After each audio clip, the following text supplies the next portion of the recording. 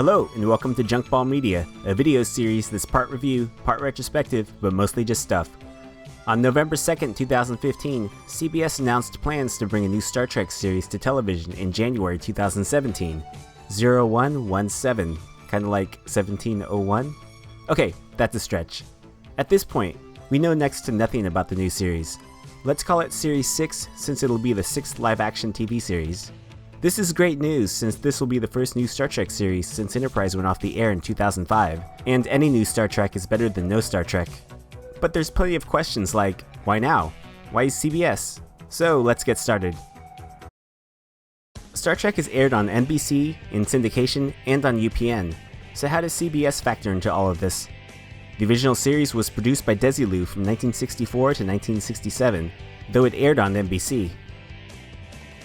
In 1967, Gulf Western purchased Desilu. They owned Paramount Pictures, so they rebranded Desilu Paramount Television. The movies were produced and released through Paramount Pictures, while The Next Generation and Deep Space Nine aired in syndication. When Paramount finally launched its TV network, it aired Voyager and Enterprise. Though in that time, Paramount went through a few mergers and corporate restructuring. In 2000, Paramount was owned by Viacom, who also purchased CBS Corporation. In 2005, the company split Paramount Pictures and Paramount Television into two separate companies. Paramount Television was rebranded CBS Television Studios, and Paramount Pictures remained Paramount Pictures. So as things are currently, CBS Television owns the production rights to any future Star Trek TV series, and Paramount Pictures owns the rights to any future Star Trek movies.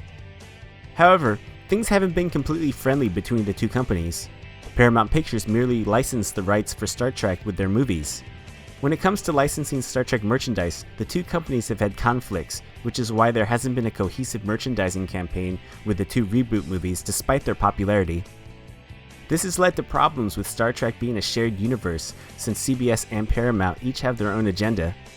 It's been documented that J.J. Abrams has been frustrated that Paramount and CBS couldn't get on the same page to flesh out the reboot movies into other forms of media. So Series 6 will air on CBS, then be available to stream on CBS All Access, which is a streaming service that no one uses, and no one really should unless you're really into CBS shows. All Access costs $6 a month, and that's pretty steep when you compare it to all the content you can find on Netflix or Amazon Prime or Hulu. Since Series 6 is set to debut in January 2017, it'll be a mid-season launch. That means the first season will be about 10 to 13 episodes, which is great. When you look at series that have shorter 10 to 13 episode seasons like Silicon Valley or Game of Thrones or True Detective or Unbreakable Kimmy Schmidt or Daredevil, you can appreciate how each episode is packed with quality material compared with the traditional length of a season, which is 20 to 26 episodes. In this day and age, 20 to 26 episodes per season is just too long. Hopefully this means that Series 6 will have shorter seasons, and it's better to have 13 quality episodes instead of 20 mediocre ones. So to wrap things up, Star Trek belongs on TV. The best Star Trek stories were the ones from TV. The movies and TV series have always had starkly different stories. On TV, the crew stumbles upon a situation, then spends the rest of the episode trying to resolve that situation.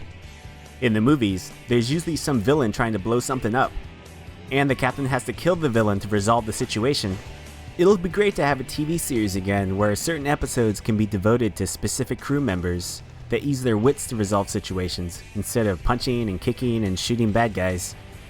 So despite stuff like this making tons of money, I believe the general audience is smarter than that, and deserves better. Wait, who wrote this? And who's producing the new Star Trek series? Okay, thanks for watching this quickie video. I'm always working on a new retrospective, so I'll catch you when that one's released. Thanks for watching.